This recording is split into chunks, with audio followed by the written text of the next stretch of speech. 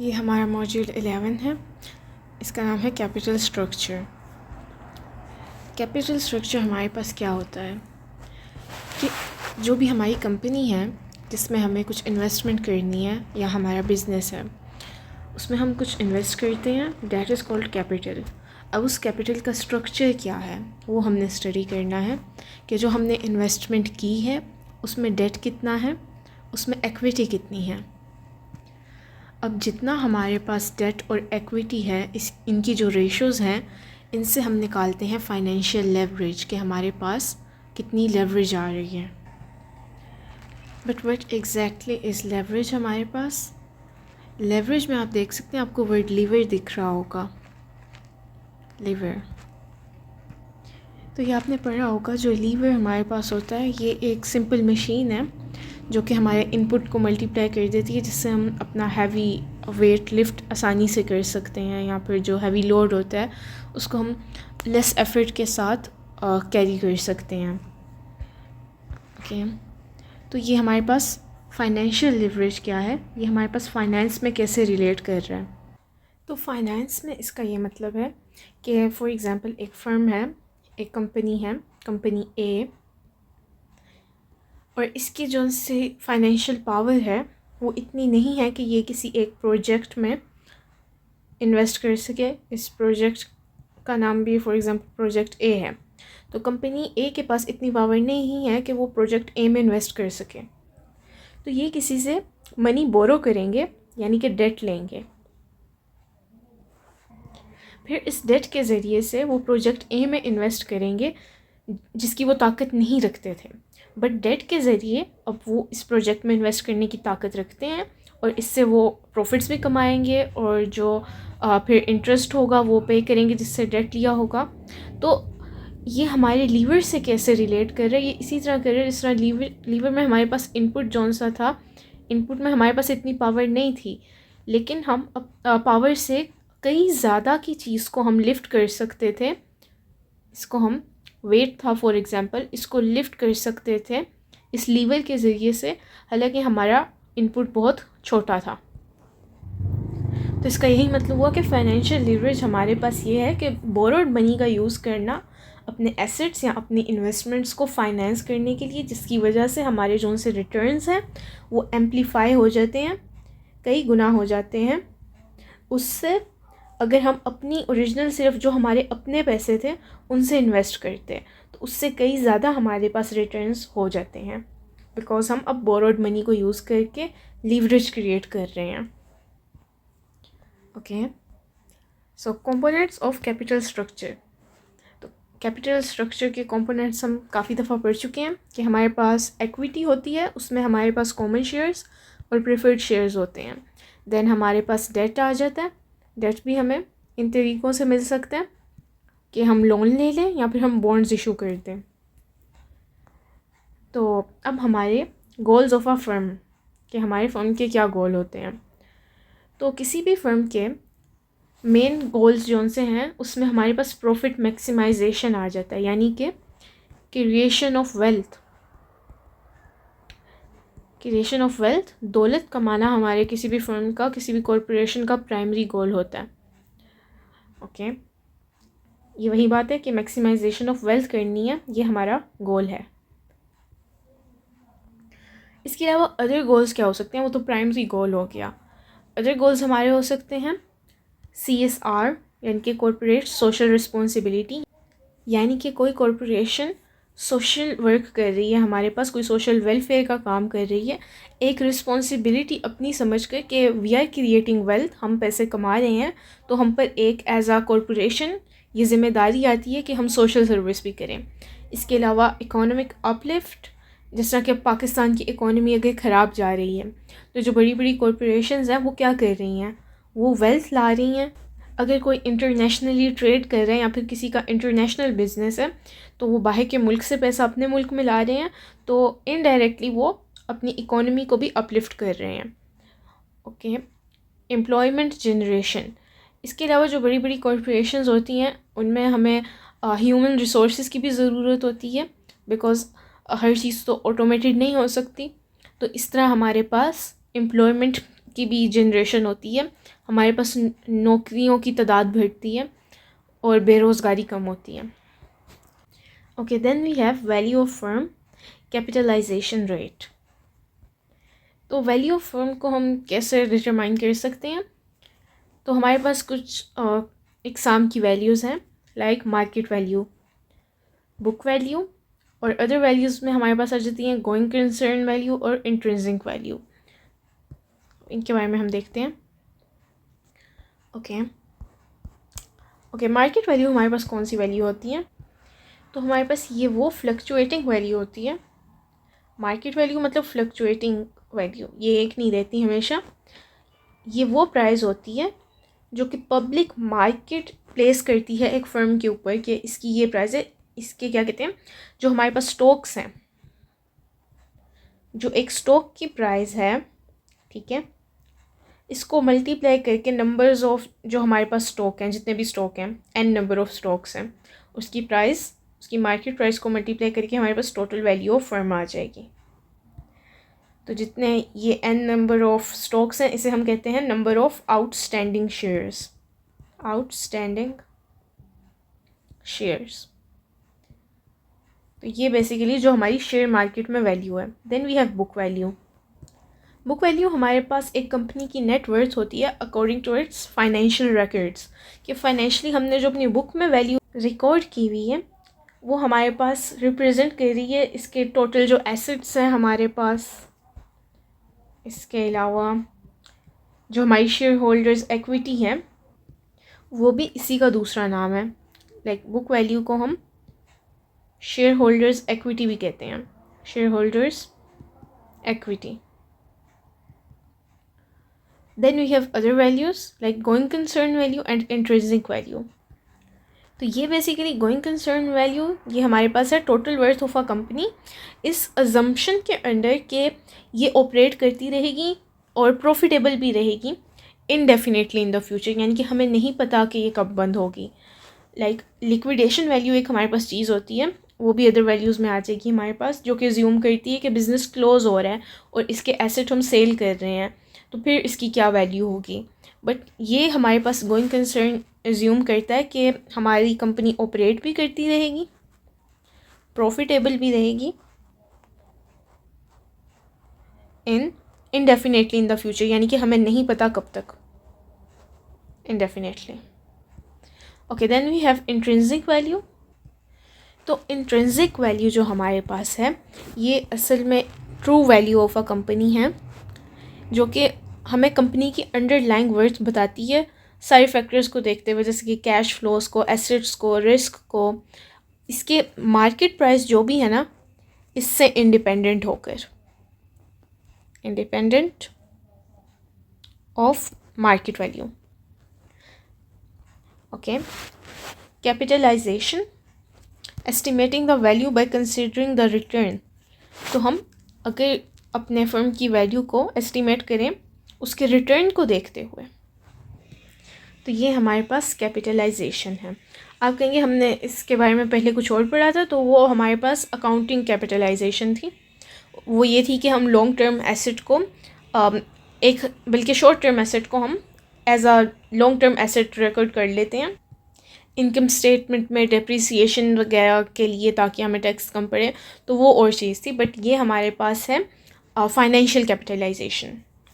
तो ये हमारे पास कैपिटल स्ट्रक्चर में हम total sum of a firms long term funding sources, उनको हम क्या करते हैं, उनको रेफर कर रहे होते हैं इसमें। Okay, then capitalization rate, the rate is used to determine the value. क्योंकि कैपिटलाइजेशन हमारे पास सम था और टोटल अभी बताया है कि लॉन्ग टर्म जो हमारे फंडिंग सोर्सेज हैं उनका सम था, ठीक है। तो इसका रेट क्या होगा, इसका वही रेट होगा। ये रेट हमारे पास किस लिए यूज़ होगा, वैल्यू को डिटरमाइन करने के लिए, क्योंकि वैल्यू किस चीज़ से डिटरमाइन होगी, लॉन्ग स्टैंडिंग जो हमारे पास फंडिंग सोर्सेज हैं उनसे ही होगी। तो ये तो हमारे पास कैपिटलाइजेशन थी। तो कैपिटलाइजेशन रेट हमें क्या बताएगा, वो ये इस चीज़ का रेट बताएगा, हमारी वैल्यू का रेट बताएगा, यानी कि इस रेट से हम वैल्यू को डिटरमाइन कर सकेंगे। Okay, then we have capital structure theories. Capital structure की कुछ थ्योरीज हैं। इनमें हमारे पास ट्रेडिशनल थ्योरी आ जाती है, net operating income theory and Miller and Modigliani theory. It's pronounced more like Modigliani because ये एक इटालियन नेम है, तो क्योंकि ये थ्योरी इन दो बंदों ने मिलकर दी थी, मिलर एंड मोडिलियानी ने। तो इन तीनों को अभी हम इंडिविजुअली स्टडी करेंगे बाद में, लेकिन तब तक हम पढ़ते हैं कॉस्ट ऑफ कैपिटल। तो ये तो बहुत दफ़ा पढ़ चुके हैं। कॉस्ट ऑफ डेट जो कि हमारे पास इंटरेस्ट होता है, कॉस्ट ऑफ एक्विटी जो हमें डिविडेंड पे करना होता है, ओवरऑल कॉस्ट ऑफ कैपिटल हम इन दोनों से निकालते हैं। और इसके लिए हम वैक भी निकालते हैं, weighted average cost of capital, कि हमें पता चलता है कि डेट की कितनी वेटेड एवरेज है इसमें हमारे टोटल कॉस्ट में, और एक्विटी कितनी है हमारे पास।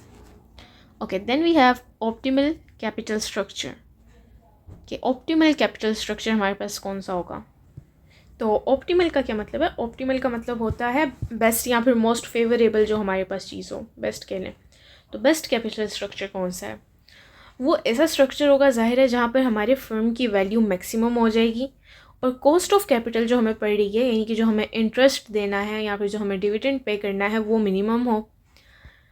ओके, तो अब ये थ्योरीज क्यों दी गई थी? ये इसी वजह से दी गई थी कि ऑप्टिमल कैपिटल स्ट्रक्चर को डिफ़ाइन किया जा सके कि ये हमारे पास कैसे अचीव होता है।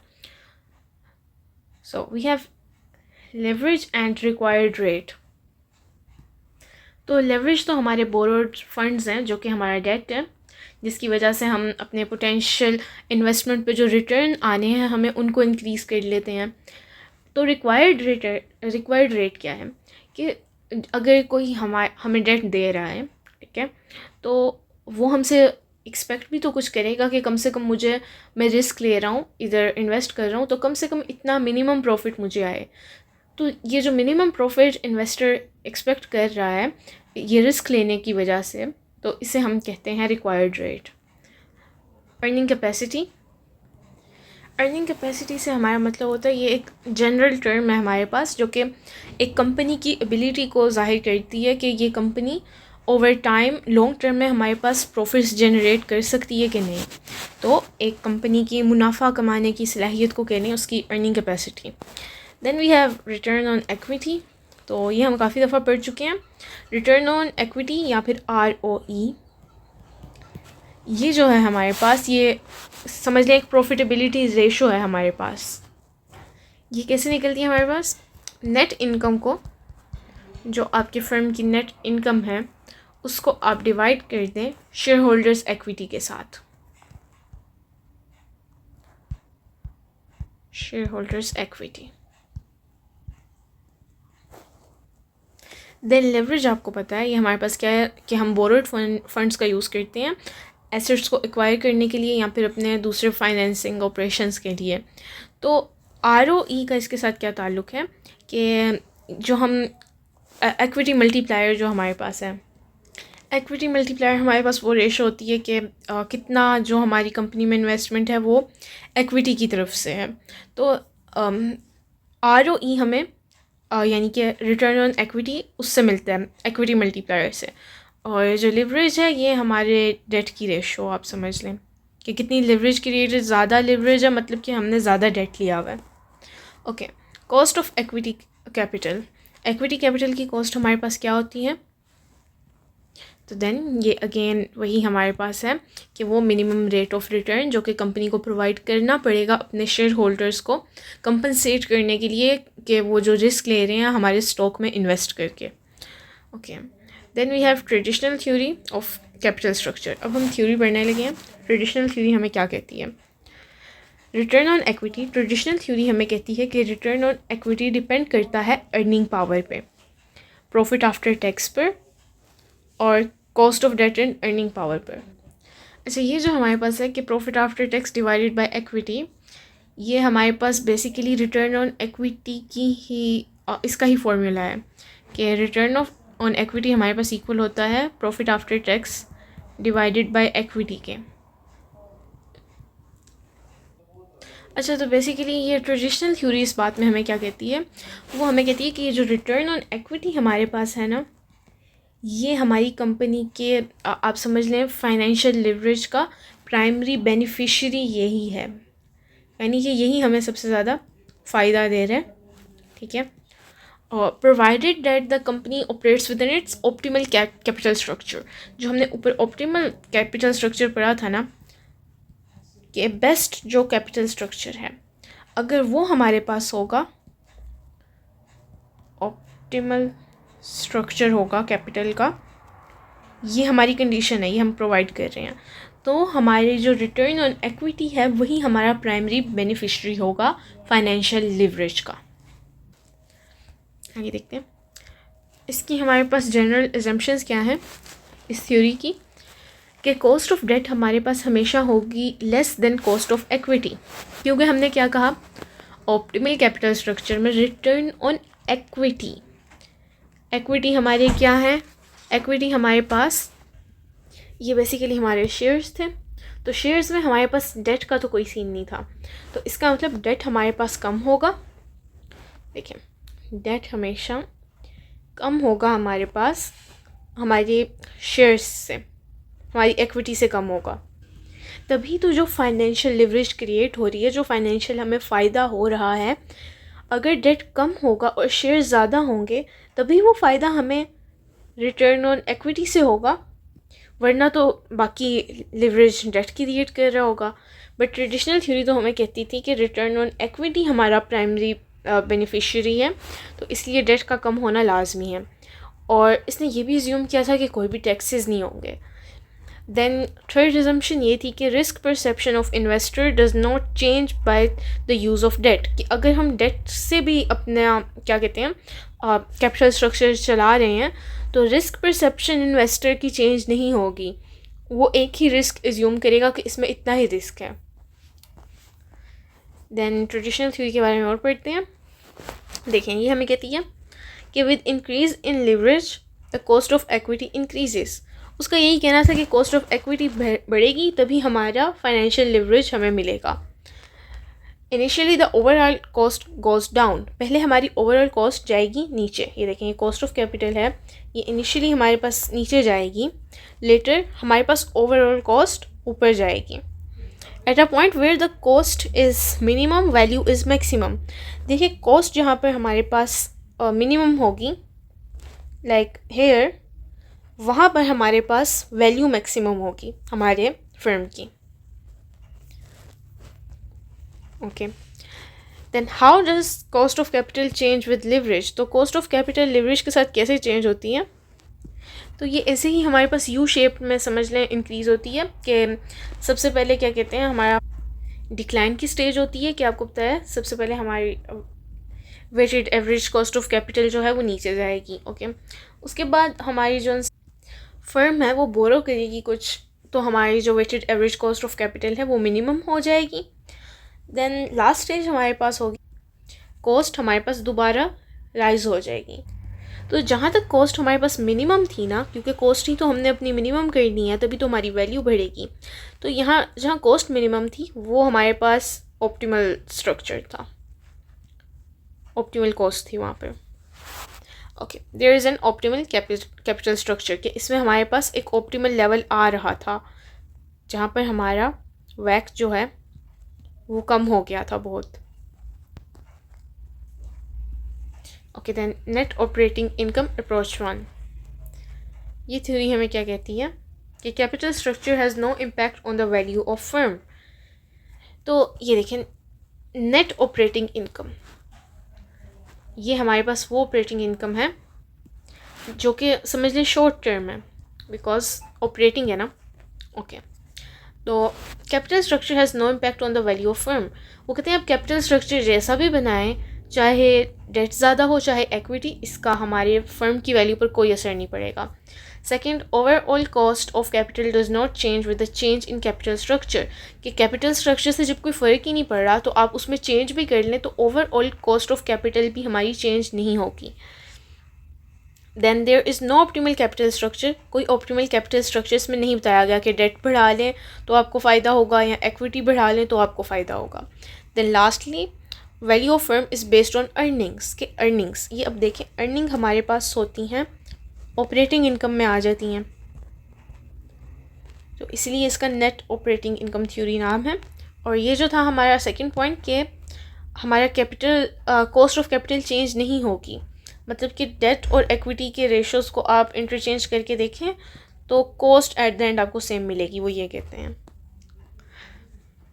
Then net operating income approach to हमें कहती है कि market capitalises the value of a firm as whole, कि जो मार्केट है हमारे पास, इस फैंसी सी लाइन का सिंपली हमारे पास यही मतलब है कि मार्केट जो है वो ये देखती है हमारे पास इस कंपनी के पास बिज़नेस एसेट में अर्निंग पावर कितनी है, कि ये कंपनी अर्न कितना कर सकती है, चाहे फिर वो कहते हैं कि आप डेट से करो या फिर आप इक्विटी से करो।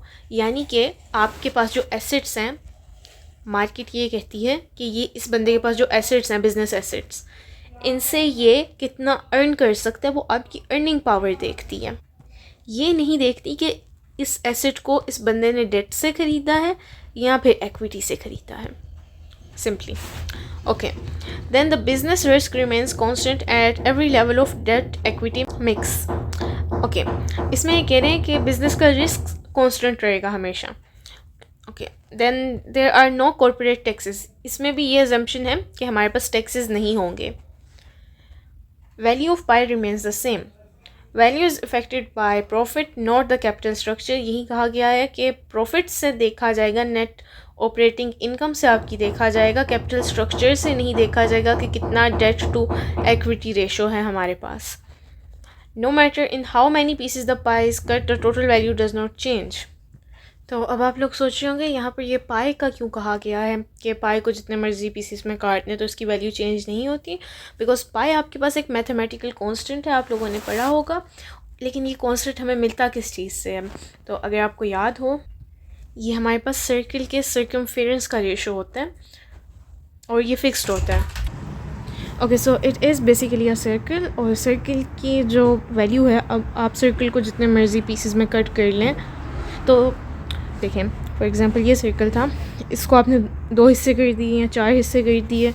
अब इन इंडिविजुअल पीसेस का इस तरह और इस तरह, okay I am not drawing them right, but in 4 pieces का अलग अलग आप सर्कमफेरेंस निकालेंगे, लाइक इसको मेजर करेंगे, इसको और इसको, तभी इसकी वैल्यू इस पूरे सर्किल के सर्कमफेरेंस के इक्वल ही आएगी। तो वो भी यही कहते हैं कि आप कैपिटल स्ट्रक्चर को जितने मर्जी हिस्सों में तकसीम कर लें कि इतना डेट का था, इतना इक्विटी का था, टोटल वैल्यू सेम रहेगी। Okay, then we have net operating income approach 3।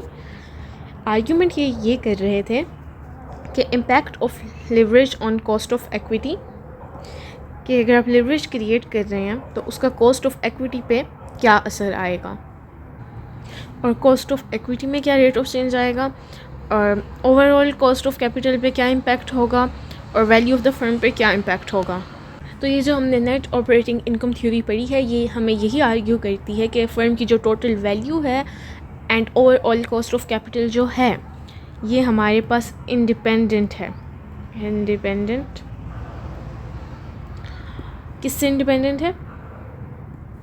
Capital structure से। बेसिकली हम यही कह रहे हैं। Okay, then we have arbitrage theory, Miller and Modigliani. तो इस थ्योरी को हम इररेलेवेंस थ्योरी भी कहते हैं, बिकॉज ये भी हमें यही कह रही है कि कैपिटल स्ट्रक्चर हमारे पास इररेलेवेंट है, कि वही इक्विटी और डेट का जितना रेशो है वो हमारे कॉस्ट पर कोई उसकी रेलिवेंस नहीं है। तो मिलर और मोडिलियानी भी यही कह रहे थे कि कैपिटल स्ट्रक्चर जो है हमारा इररेलेवेंट है with respect to the value of a firm, कि चाहे डेट ज़्यादा कर लो चाहे इक्विटी ज़्यादा कर लो, वैल्यू ऑफ फर्म इससे इररेलेवेंट है, तो इसलिए इसे इररेलेवेंट थ्योरी भी कहते हैं। और जो रेलिवेंस थ्योरी है, आप कहेंगे रेलिवेंस तो पढ़ी नहीं, तो जो ट्रेडिशनल थ्योरी थी उसमें हम यही कह रहे थे कि कुछ अजम्पशंस के बाद कि हमारी जो cost of return on equity है वही हमारी फाइनेंशियल लिवरेज की बेनिफिशियरी है, तो उसमें हम रेलिवेंस क्रिएट कर रहे थे। हम इक्विटी और डेट के रेशो से फर्म की वैल्यू को कैलकुलेट कर रहे थे, तो वो रेलिवेंस थ्योरी थी। तो अब अगर ये रेलिवेंस थ्योरी, ट्रेडिशनल थ्योरी जो है हमारी, ये एक्सेप्ट कर ली जाती है तो क्या होगा? इसमें कुछ अजम्पशंस थी, तो अगर वो अजम्पशंस भी ज़ाहिर ट्रू हो जाती हैं तो हमारे पास आर्बिट्राज टेक प्लेस करेगा। आर्बिट्राज के बारे में हम पहले पढ़ चुके हैं कि सेम कोमोडिटीज़ मार्केट में हमारे पास दो डिफरेंट प्राइस पर बिक रही होती हैं, जिसकी वजह से हमारे पास ट्रेडर्स को फ़ायदा हासिल कर सकते हैं वो, ठीक है। तो आर्बिट्राज यही है, the simultaneous buying and selling of assets in order to take advantage of different prices for the same assets. कि एसेट हमारे पास एक ही तरह के हैं लेकिन उनकी प्राइजेस डिफ़र कर रही हैं, तो हम एक जगह से फॉर एग्जांपल जो लो प्राइस पर हमें मिल रहा है उसको साइमल्टेनियसली बाय करते हैं वहाँ से जहाँ से हमें सस्ता मिल रहा है, और साइमल्टेनियसली हम उसको सेल कर देते हैं जहाँ पर वो महंगा बिक रहा है, क्योंकि प्राइजेस में डिफरेंस आ रहा है इसलिए। तो हमारे पास ये आर्बिट्राज होगा। अब मिलर और मोडिलियानी का आर्ग्यूमेंट ये था, टू सेम एसेट्स और stocks can not have different prices. Miller और मोडिलियानी ने अभी आपको बताया इररेलेवेंस थ्योरी बताई थी कि हमारे पास रेलिवेंस नहीं है कैपिटल स्ट्रक्चर की। तो इन्होंने कहा कि जब दो एसेट की प्राइस सेम हो ही नहीं सकती तो आर्बिट्राज कैसे होगा फिर, तो इसलिए इन्होंने हमें इररेलेवेंस थ्योरी दी थी। The prices of identical firms, irrelevance theory दी थी, साथ में ट्रेडिशनल थ्योरी को रिजेक्ट भी तो किया था, इसलिए क्योंकि ट्रेडिशनल थ्योरी की तो अजम्पशन ही यही थी कि हमारे पास उसमें आर्बिट्राज भी होना था। Okay, the prices of identical firms other than capital structure stock can not be different. कि दो फर्म हमारे पास बिल्कुल सेम है, ठीक है, तो उनके स्टॉक्स की प्राइस डिफरेंट नहीं हो सकती। अदर देन कैपिटल स्ट्रक्चर, हाँ उनका कैपिटल स्ट्रक्चर डिफरेंट हो गए तो उसकी हम बात ही नहीं कर रहे, हमने कह दिया अदर देन कैपिटल स्ट्रक्चर, बाकी वो सारे सेम हैं। अगर बाकी सारे सेम है तो उनकी प्राइजेस भी डिफरेंट नहीं होंगी। तो अदर देन कैपिटल स्ट्रक्चर क्यों कहा है? क्योंकि कैपिटल स्ट्रक्चर को तो कंसीडर ही नहीं कर रहे। क्योंकि कंसीडर क्यों नहीं कर रहे? क्योंकि हमने कह दिया है कि ये हमारे पास इररेलेवेंट है। Then we have arbitrage theory, Miller and Modigliani part 2। तो इनका क्या आर्ग्यूमेंट था? ये पर्सनल लेवरेज की बात करते थे, यानी कि पर्सनल लेवरेज वो स्ट्रेटजी है जहाँ पर इंडिविजुअल इन्वेस्टर बोरो करता है मनी अपने अकाउंट में, बजाय कि पूरी कॉरपोरेशन कुछ हमारे पास बोरो करे।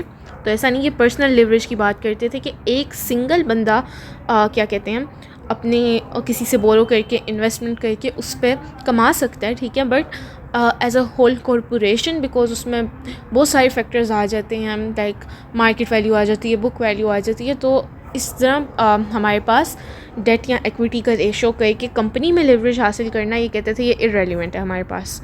Cost of debt is same for firm and individual, क्योंकि जो डेट की कॉस्ट है, फॉर एग्जांपल जो इंटरेस्ट वगैरह देना है, जो इंटरेस्ट हम एक्सपेक्ट कर रहे होगा वो एक्सपेक्ट कर रहा होगा जो आपको डेट दे रहा है, तो वो इंडिविजुअल से भी उतनी ही एक्सपेक्ट करेगा, फर्म से भी उतनी ही एक्सपेक्ट करेगा। तो कॉस्ट ऑफ डेट हमारे पास सेम है। Investor shift to other firm with the same return and value and yet save some money. तो बेसिकली इसमें हम कॉर्पोरेट लेवल पर फ़ंड नहीं ले रहे होंगे और डेट नहीं ले रहे होंगे, लेवरेज क्रिएट नहीं कर रहे होंगे, बट पर्सनल लेवल पर कर रहे होंगे। और जो फर्म में या कॉर्पोरेट में जो लेवरेज के इफ़ेक्ट होते हैं उनको हम रेप्लिकेट करने की ट्राई करेंगे अपने पर्सनल लेवल पे, यानी कि इन्वेस्टर शिफ्ट करेंगे दूसरे फर्म में, वो पर्सनल लेवल पे लोन लेंगे, देन एक कंपनी के ज़्यादा वो स्टॉक ले लेंगे, दूसरी के कम लेंगे, then at a certain time वो एक स्टॉक्स को बेचकर दूसरे ख़रीद लेंगे, तो वो अपना personal desired risk level create कर रहे होंगे। तो ये पर्सनल लिवरेज पे इन्होंने कहा कि ये एक स्ट्रेटजी है हमारे पास। देन मिलर एंड मोडिलियानी का हमारे पास आर्ग्यूमेंट क्या था? Percentage holding will not change. इसका ये मतलब है कि जो हमारा इन्वेस्टर है अगर वो स्विच करता है बिटवीन अ लीवर्ड फर्म या फिर एक अनलीवर्ड फर्म या फिर इससे वाइस वर्सा, तो उनकी जो एग्जैक्ट सेम ओनरशिप है उसकी प्रोपोर्शन एग्जैक्ट सेम रहेगी कंपनी की अर्निंग्स में, और रिटर्न भी चेंज नहीं होगा और कैश की सेविंग होगी। अभी मैंने लीवर्ड और अनलीवर्ड फर्म बोला था, तो इसका ये मतलब है लीवर्ड फर्म वो होता है जिसमें कुछ डेट की परसेंटेज हो, इसने कुछ डेट लिया हो, यानी कि इसके कैपिटल स्ट्रक्चर में डेट भी है और इक्विटी भी है। और अनलीवर्ड का मतलब है कि वो टोटल हमारे पास 100% प्योर इक्विटी पर ही है और डेट उसमें हमारे पास 0% है, 0%। ओके, देन वी हैव इसी की जनरल अजम्पशंस हमारे पास। तो मिलर और मोडिलियानी ने एक बात एज्यूम की थी कि फ़र्म्स आइडेंटिकल हो सकते हैं। हालांकि ये बात रेयर है, दो फर्म्स कैसे पूरे के पूरे आइडेंटिकल हो सकते हैं, but this was the assumption कि टू फर्म्स आर आइडेंटिकल और टू और more firms can be identical. Then we have external factors do not affect. External factors की हमने बात ही नहीं की, मार्केट क्रैश कर रही है या मार्केट राइज कर रही है। कॉर्पोरेट टैक्सेस की हमने बात नहीं की कि हमने ये भी एज्यूम किया कि कोई कॉर्पोरेट टैक्स नहीं लगेगा, और हमने एक परफेक्ट मार्केट एज्यूम की जिसमें इंफॉर्मेशन हमारे पास एक्यूरेटली एंड टाइमली उसका ट्रांसफ़र हो रहा है। Then rational behaviour of investor, कि इन्वेस्टर रैशनल होकर सोचेगा। अब ज़रूरी नहीं है कि इन्वेस्टर्स जो अपने पैसे इन्वेस्ट कर रहे हैं वो देखभाल के इन्वेस्ट करें। बहुत ज़्यादा लोग ऐसे करते हैं कि उनके पास पैसे आए, वो कहते हैं चले हम स्टॉक मार्केट में इन्वेस्ट कर देते हैं, बट उनकी कोई ऐसी रिसर्च नहीं होती, तो वो रैशनल बिहेवियर हमें नहीं दिखाते। दैन आइडेंटिकल रिस्क करेक्टरिस्टिक, जब हमने दो फर्म्स के आइडेंटिकल होने की बात की थी तब हमने ये भी कहा था कि रिस्क उनके करेक्टरिस्टिक भी आइडेंटिकल हैं, और हमने ये भी अज्यूम किया कि all earnings are paid as dividend.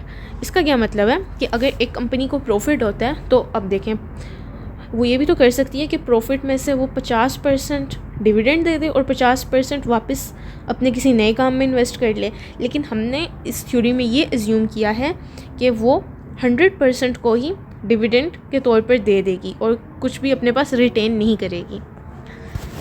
Then we have market imperfections and issues, because हमने बहुत सारी बातें एज्यूम कर ली हैं जिसमें perfect markets and what not. तो परफेक्ट मार्केट होती क्या है और असल में ये होती भी है कि नहीं। तो परफेक्ट मार्केट हमारे पास एक्चुअली एक थ्योरेटिकल मार्केट ही है, मतलब कि बस ये थ्योरी में एग्जिस्ट करती है, रियल लाइफ में नहीं करती। नो प्रोडक्ट डिफरेंशिएशन, इसका क्या मतलब है? इसका मतलब है कि जिन कंपनीज़ को आप कंपेयर कर रहे हो वो ऑपरेशनली आपके पास आइडेंटिकल हैं, उनमें कोई आपके पास डिफरेंस नहीं है। Then large buyers and sellers, कि बायर्स हमारे पास लार्ज अमाउंट ऑफ स्टॉक्स खरीदते हैं और लार्ज अमाउंट ऑफ स्टॉक्स बेचते हैं। नो एंट्री और एग्जिट बैरियर्स, के ये कोई बैरियर नहीं है कि आपने जो शेयर होल्डर्स हैं वो अपने शेयर्स बेच नहीं सकते या फिर ख़रीद नहीं सकते। जब जो चाहे एंटर हो सकते हैं मार्केट में और जब जो चाहे एग्ज़िट कर सकते हैं मार्केट से। देन परफेक्ट इन्फॉर्मेशन, कि कोई इन्फॉर्मेशन इनएक्यूरेट नहीं है आपके पास, और ऐसा हो भी नहीं सकता कि सारी इन्फॉर्मेशन जो मार्केट में चल रही हो वो बिल्कुल एक्यूरेट हो, तो ये भी एक अजम्पशन ही है हमारे पास। देन वी हैव रैशनैलिटी, जो कि हमारे पास बहुत रेयर है, तो हर कोई रैशनली बिहेव नहीं करता। देन नो मोनोपोली और अदर मैनिपुलेशंस। ओके, मोनोपोली होता है हमारे पास कि एक ही बंदा ज़ख़ीरा कर ले एक किस्म का। लाइक एक कंपनी ने अपने शेयर्स बेचना शुरू किए तो एक इन्वेस्टर ने आकर 80% शेयर्स ख़रीद लिए ताकि वो प्राइजेस को मैनिपुलेट कर सके, क्योंकि देखें जब एक कंपनी के 80% शेयर्स ख़रीद लिए तो उसकी डिमांड बढ़ गई। जब उसकी डिमांड बढ़ गई तो उसकी प्राइस भी ऊपर चली जाएगी। तो इस तरह तो कंपनी में मैनिपुलेशंस होंगी, मार्केट में मैनिपुलेशंस होंगी। तो ये हमने एज्यूम किया कि कोई मोनोपोली नहीं कर सकता और कोई कंपनी और कोई मार्केट को अपने हिसाब से मैनिपुलेट नहीं कर सकता। ये भी हमारे पास रियल लाइफ में होता है कि जो हमारे लार्ज ह्यूज अमाउंट के इन्वेस्टर्स हैं वो मोनोपोलाइज भी करते हैं और मैनिपुलेशंस भी करते हैं मार्केट में। Then we have impact of market imperfections, कि मार्केट की इम्परफेक्शंस का हमारे पास क्या इम्पैक्ट होता है, जो कि हमारे पास रियलिटी है। तो रियलिटी में क्या होता है? तो all real markets are imperfect, सारी जो हमारे पास हकीकत में मार्केट्स हैं वो इम्परफेक्ट हैं। उधर मैनिपुलेशन भी होती है, उधर आर्बिट्राज भी नहीं होता हमारे पास। मिलर और Modigliani theory does not hold good in imperfect markets. तो मिलर और मोडिलियानी की जो सी थ्योरी है वो इम्परफेक्ट मार्केट में तो चलती ही नहीं है, तो इसका मतलब ये रियल लाइफ में नहीं चलती। This is just a theoretical concept. तो मिलर और मोडिलियानी के आर्ग्यूमेंट में क्या क्या इश्यूज़ हैं? ये कंसीडर नहीं करते कि बैंकरप्सी की कॉस्ट को, कि ऐसा भी तो हो सकता है कि हमारे फर्म का दिवालिया हो जाए, हमारे पास कुछ पैसे बचे ही ना, तो वो ये भी कंसीडर नहीं करते। एजेंसी की कॉस्ट को भी नहीं कंसीडर एजेंसी कॉस्ट बेसिकली हमारे पास क्या होती है, ये इंटरनल एक्सपेंसेस होते हैं कि फ़र्म के अंदर जो हमारे पास कन्फ्लिक्ट्स राइज होते हैं लाइक कंपनी के ओनर्स और मैनेजर्स के बीच में, जो कि उन एजेंट्स के मैनेजर्स वो एजेंट होते हैं जिनको हमने बिज़नेस को रन करने के लिए हायर किया होता है, उनके और कंपनी के ओनर के बीच में इंटरेस्ट के कन्फ्लिक्ट आ सकते हैं, उनको मैनेज करने की कुछ कॉस्ट हो सकती है, तो वो भी इसने कंसीडर नहीं की इन दोनों ने। दैन लेवरेज इंक्रीजेज एफिशिएंसी, ये भी इन्होंने कंसीडर नहीं किया, इन्होंने इररेलेवेंट कह दिया लेवरेज को, जबकि हमारे पास लेवरेज एफिशिएंसी इंक्रीज़ करती है बिकॉज हमें कैपिटल ज़्यादा मिल रहा होता है। दैन इंस्टीट्यूशनल रिस्ट्रिक्शंस, बहुत सारे इंस्टीट्यूशंस की रिस्ट्रिक्शन होती हैं, कॉरपोरेट की अपनी पॉलिसीज़ होती हैं, तो वो भी कंसीडर नहीं की, और ट्रांजैक्शन कॉस्ट्स को भी कंसीडर नहीं किया।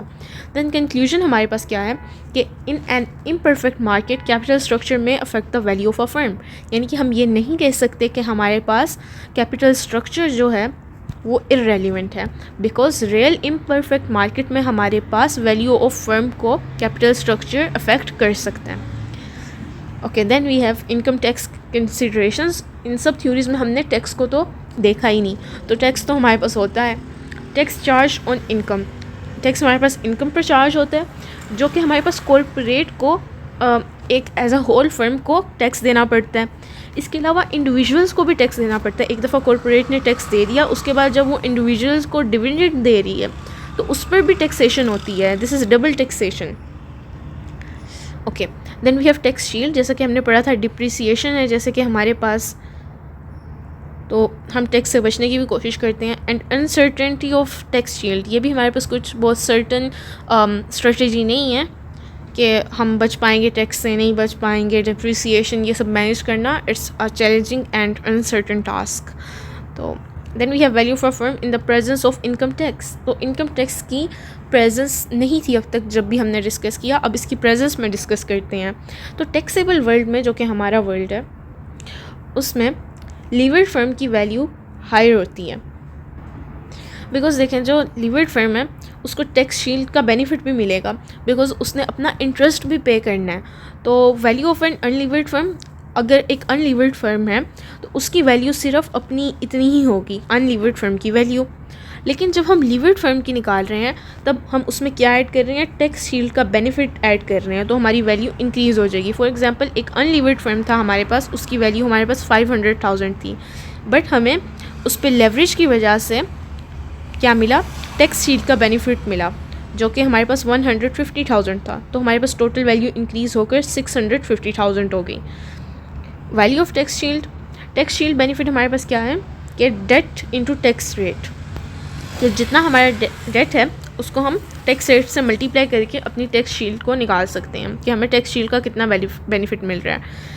Like for example total rate हमारा 500,000 था और टैक्स रेट हमारा 30% था, तो ये इतना हमें टैक्स शील्ड बेनिफिट मिल रहा है। टैक्स शील्ड बेनिफिट हम ऐसे भी निकाल सकते हैं, अगर आपको टैक्स सेविंग दी गई है और डिस्काउंट रेट दिया गया तो इन दोनों को डिवाइड करके, फॉर एग्जांपल आपको कहा गया कि आपको टैक्स पर 22,500 का बेनिफिट टैक्स की सेविंग हुई है और डिस्काउंट रेट आपका था 15%, तो इसको आप डिवाइड करेंगे इन दोनों को तो आपके पास 150,000 सेम वैल्यू आएगी। यानी कि अगर आपको ये दो चीज़ें दी गई हों, डेट और टैक्स रेट, या फिर आपको टैक्स सेविंग और डिस्काउंट रेट दिया हो, तो दोनों से आप टैक्स शील्ड को कैलकुलेट कर सकते हैं, आंसर सेम आएगा। And that's it for our module number 11। इसके बाद हम अपने लास्ट 2 रिमेनिंग मॉड्यूल डिस्कस करेंगे एंड देन सब्जेक्टिव क्वेश्चंस भी डिस्कस करेंगे।